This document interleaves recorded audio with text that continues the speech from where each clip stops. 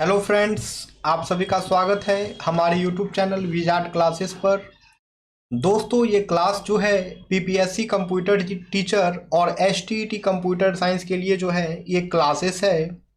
ठीक है, तो चलिए आज के सेशन को जो है स्टार्ट करते हैं।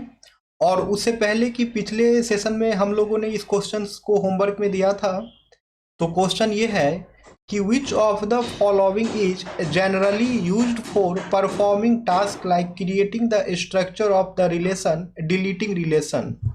ठीक है, तो यहाँ पे पूछ रहा है कि हम लोग जो है स्ट्रक्चर, जो रिलेशन के स्ट्रक्चर को जो है क्रिएट करते हैं और रिलेशन को डिलीट करते हैं, वो जो है कौन से कमांड के द्वारा जो है ये परफॉर्म किया जाता है। ठीक है, एसक्यूएल के कौन से कमांड के द्वारा। तो ऑप्शन ए में है DML, data manipulation language. Option B है क्वेरी। ऑप्शन सी है रिलेशनल स्कीमा। ऑप्शन डी है डीडीएल यानी कि डेटा डिफिनेशन लैंग्वेज। तो इसका करेक्ट आंसर जो है दोस्तों वो हो जाएगा डीडीएल यानी कि डेटा डिफिनेशन लैंग्वेज। ठीक है, तो डीडीएल कमांड के द्वारा ही जो है रिलेशन के स्ट्रक्चर को डिजाइन किया जाता है, यानी कि टेबल के स्ट्रक्चर को डिजाइन किया जाता है और टेबल को जो है डिलीट भी किया जाता है। ठीक है, रिलेशन को डिलीट भी जो है डीडीएल कमांड के द्वारा ही किया जाता है। ठीक है, तो डीडीएल का फुल फॉर्म याद रखना है कि डीडीएल का फुल फॉर्म जो है डेटा डिफिनेशन लैंग्वेज होता है। इसका यूज जो है हम लोग आमतौर पर जो है creating the structure of the relation, relation के स्ट्रक्चर को क्रिएट करने के लिए और डेटाबेस में जो है रिलेशन को डिलीट करने के लिए जो है डीडीएल कमांड का यूज करते हैं। तो एसक्यूएल के कुछ कमांड्स और भी हैं, उनको एक बार देख लिया जाए। एक आपका डीडीएल हो गया, डेटा डिफिनेशन लैंग्वेज। फिर आपका डीएमएल हो गया, डेटा मैनिपुलेशन लैंग्वेज। फिर हो गया आपका डीसीएल हो गया, डेटा कंट्रोल लैंग्वेज। फिर आपका टीसीएल हो गया, ट्रांजैक्शन कंट्रोल लैंग्वेज। ठीक है, तो डीडीएल कमांड के अंदर जो है क्रिएट, अल्टर, ड्रॉप, ट्रंकेट और रीनेम, ये सभी के सभी डीडीएल कमांड के अंदर आते हैं। Create table, alter table, drop table, truncate table, rename table, ये डीडीएल कमांड के अंदर आता है। डीएमएल कमांड के अंदर जो है, डीएमएल कमांड के अंदर आपका आ जाएगा select table, insert table, update table, delete table. और डीएमएल का फुल फॉर्म जो है डेटा मैनिपुलेशन लैंग्वेज हो जाएगा। फिर आपका डीसीएल है, डीसीएल का फुल फॉर्म जो है डेटा कंट्रोल लैंग्वेज हो जाएगा। ठीक है, और ये जो है गारंट और रिवोक का काम करता है, परमिशन देने का काम जो है वो डीसीएल कमांड के द्वारा होता है। फिर आपका टीसीएल कमांड है transaction control language, commit, roll back, save point. ठीक है, ये सेव प्रिंट नहीं, सेव पॉइंट होगा। ये तीनों के तीनों जो है टीसीएल कमांड के अंदर आते हैं। ठीक है फ्रेंड्स, नेक्स्ट क्वेश्चन है what do you mean by one to many relationship. What do you mean by one to many relationship. One to many relationship से जो है आप क्या समझते हैं। ऑप्शन ए है वन क्लास में हैव मैनी टीचर। ठीक है, तो ऑप्शन ए है कि एक क्लास के पास जो है एक से ज़्यादा टीचर हो सकते हैं। ऑप्शन बी है one teacher can have many classes, एक टीचर के पास जो है मैनी क्लासेस हो सकते हैं। ऑप्शन सी है many classes have many teacher. ठीक है, बहुत सारे क्लासेस के पास जो है बहुत सारा टीचर है। ऑप्शन डी है many teachers may have many classes, यानी कि बहुत सारे टीचर के पास जो है बहुत सारे क्लासेस हो सकते हैं। ओके, तो इसका करेक्ट आंसर जो है वो हो जाएगा दोस्तों ऑप्शन ए। ऑप्शन बी इसका करेक्ट आंसर जो है वो हो जाएगा option B. One to many relationship कहने का मतलब ये हो गया, ठीक है, जैसे कि एक टीचर हो गया तो एक टीचर के पास जो है बहुत सारे क्लासेस हो सकते हैं। एक टीचर के पास जो है बहुत सारे क्लासेस हो सकते हैं। ये जो है वन टू मैनी रिलेशनशिप का ही एग्जाम्पल है। One teacher can have many classes, ये जो है वन टू मैनी रिलेशनशिप का ही जो है एग्जाम्पल है। ठीक है, तो इसका डिस्कशन देखा जाए a one to many relationship is a type of relationship between two entities where, ठीक है, तो देख लीजिए, वन टू मैनी रिलेशनशिप जो है एक प्रकार का रिलेशनशिप है दो एंटिटीज के बीच में, जहां पर जो है दोस्तों where one entity can be associated with multiple instances of another entity. तो यहाँ पर जो है एक एंटिटी जो है वो अनदर एंटिटी के मल्टीपल इंस्टांसेस से जो है एसोसिएटेड रहता है, जुड़ा रहता है, यही जो है वन टू मैनी रिलेशनशिप हो गया। एक बार और देख लिया जाए इसको दोस्तों, वन टू मैनी रिलेशनशिप जो है एक प्रकार का रिलेशनशिप है जहां पर जो है दो एंटिटीज के बीच में जो है रिलेशन होता है और वहाँ एक एंटिटी जो है वो अनदर एंटिटी के मल्टीपल इंस्टांसेस से जो है एसोसिएटेड होता है, उससे जुड़ा होता है। जैसे कि एक एग्जांपल देख लीजिए, a car owner can have on multiple cars but a car can only be owned by one person at a time. एक कार ओनर के पास जो है मल्टीपल कारें हो सकते हैं, एक कार ओनर के पास जो है बहुत सारे गाड़ियां हो सकते हैं, but a car can only be owned by one person at a time. लेकिन कार जो है एक समय में एक ही पर्सन के द्वारा जो है ऑन किया जाएगा, ठीक है। नेक्स्ट क्वेश्चन है, a database management system is a type of dash software. A database management system is a type of dash software. तो यहाँ पे पूछ रहा है एक डेटाबेस मैनेजमेंट सिस्टम जो है वो किस प्रकार के सॉफ्टवेयर है।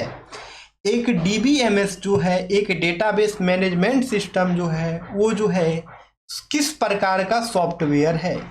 ऑप्शन ए कह रहा है it is a type of system software, क्या ये सिस्टम सॉफ्टवेयर का ही टाइप है। ऑप्शन बी कह रहा है it is kind of application software, क्या ये जो है एप्लीकेशन सॉफ्टवेयर है।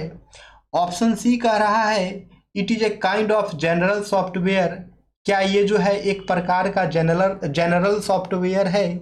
ऑप्शन डी कह रहा है बोथ ए एंड सी, ठीक है। तो इसका करेक्ट आंसर जो है दोस्तों वो हो जाएगा ऑप्शन ए, यानी कि आपका डीबीएमएस जो है वो एक सिस्टम सॉफ्टवेयर है, ठीक है दोस्तों। यानी कि डेटाबेस मैनेजमेंट सिस्टम जो है वह आपका एक प्रकार का सिस्टम सॉफ्टवेयर है। डीबीएमएस जो है दोस्तों एक सिस्टम सॉफ्टवेयर का ही प्रकार है, ठीक है। तो डीबीएमएस के बारे में देख लीजिए, DBMS is a type of software that allows user to create, manage and store data in a structured way. Database management system जो है एक सॉफ्टवेयर है, किस प्रकार का सॉफ्टवेयर है, तो डीबीएमएस जो है एक सिस्टम सॉफ्टवेयर है जो कि यूजर्स को अलाउ करता है कि वो जो है डेटा को जो है क्रिएट कर सके, मैनेज कर सके और स्टोर जो है कर सके एक स्ट्रक्चर्ड वे में, ठीक है। और डीबीएमएस जो है यूजर और डेटाबेस के बीच में जो है एक इंटरफेस का काम करता है। डीबीएमएस जो है यूजर और डेटाबेस के बीच में जो है एक इंटरफेस का काम करता है और ये जो है इंश्योर करता है कि डेटा जो है ऑर्गेनाइज है और वो साथ ही साथ जो है एक्सेसिबल है। It also manages security, data integrity and concurrency, ठीक है दोस्तों। और ध्यान रखना है डीबीएमएस जो है वो सिक्योरिटी को भी मैनेज करता है, डेटा इंटीग्रिटी को भी मैनेज करता है और डेटा का कंकरेंसी कंट्रोल भी करता है।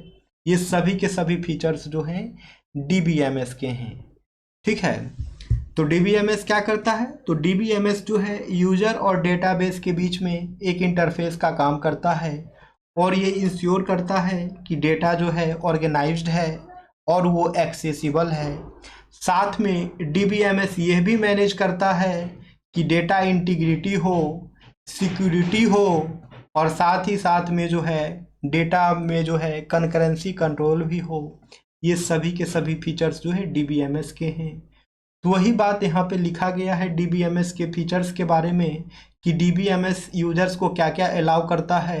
तो DBMS जो है यूजर को अलाउ करता है वो डेटा को क्रिएट कर सके, प्रोटेक्ट कर सके, रीड कर सके, अपडेट कर सके और डिलीट कर सके।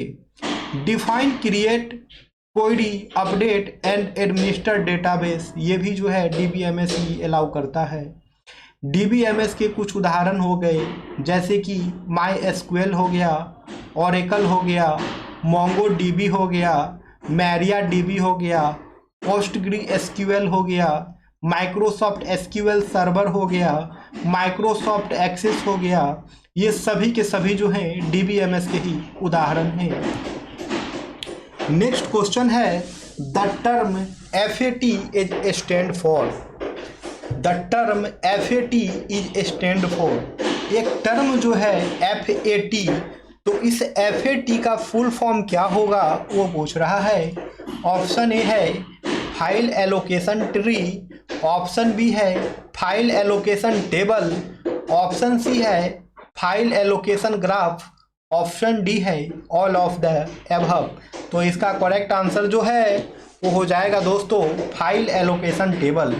इसका करेक्ट आंसर जो है वो हो जाएगा फाइल एलोकेशन टेबल, यानी कि FAT का फुल फॉर्म जो है वो फाइल एलोकेशन टेबल होता है। यानी कि FAT का फुल फॉर्म जो है वो फाइल एलोकेशन टेबल होता है दोस्तों। नेक्स्ट क्वेश्चन है Which of the following can be considered as the maximum size that is supported by FAT? Which of the following can be considered as the maximum size that is supported by FAT? इसमें से जो है ये जो options दिए गए हैं इनमें से कौन से ऑप्शंस को जो है मैक्सिमम साइज जो है कंसीडर किया जाएगा जो कि FAT के द्वारा जो है सपोर्टेड है। ठीक है, ये जो ऑप्शंस दिया गया है दोस्तों इसमें से कौन से ऑप्शन को जो है मैक्सिमम साइज जो है कंसीडर किया जाएगा जो कि FAT के द्वारा जो है सपोर्ट किया जाता है। ऑप्शन ए है 8 GB, ऑप्शन बी है 4 GB, ऑप्शन सी है 4 TB, ऑप्शन डी है नन ऑफ द एबव। तो इसका करेक्ट आंसर जो है वो हो जाएगा दोस्तों 4 GB। इसका करेक्ट आंसर जो है वो हो जाएगा 4 GB, यानी कि FAT के द्वारा जो है मैक्सिमम साइज जो सपोर्ट किया जाता है वो है 4 GB। FAT यानी कि फाइल एलोकेशन टेबल के द्वारा जो है मैक्सिमम साइज जो सपोर्ट किया जाता है वो है 4 GB। ठीक है, तो डिस्कशन है यहाँ पे, डिस्कशन देखिए। The files with a size of a less than 4 GB और equal to 4 GB are easily supported by the FATF।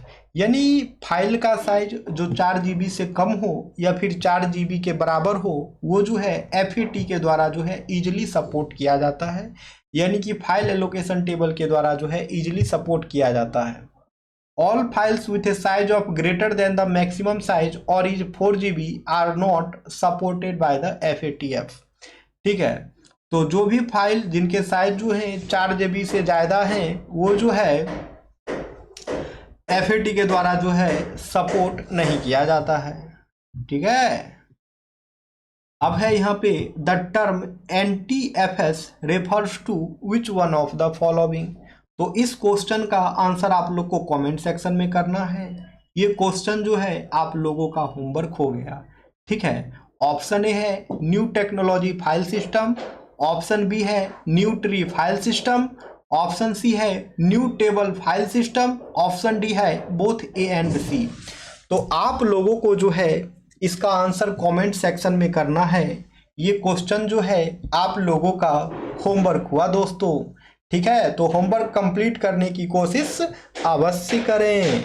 ठीक है, और जो भी लोग चैनल पे नए हैं वो लोग चैनल को सब्सक्राइब कर लेंगे ताकि आने वाले वीडियो का नोटिफिकेशंस जो है आप सभी तक मिलता रहे, और साथ ही साथ सभी लोग वीडियो को लाइक भी करें। ठीक है फ्रेंड्स, तो फिर हम लोग मिलते हैं कल की क्लास में। थैंक यू एवरीवन, और हाँ, होमवर्क कंप्लीट करने की कोशिश अवश्य करें दोस्तों। Thank you friends, thank you everyone.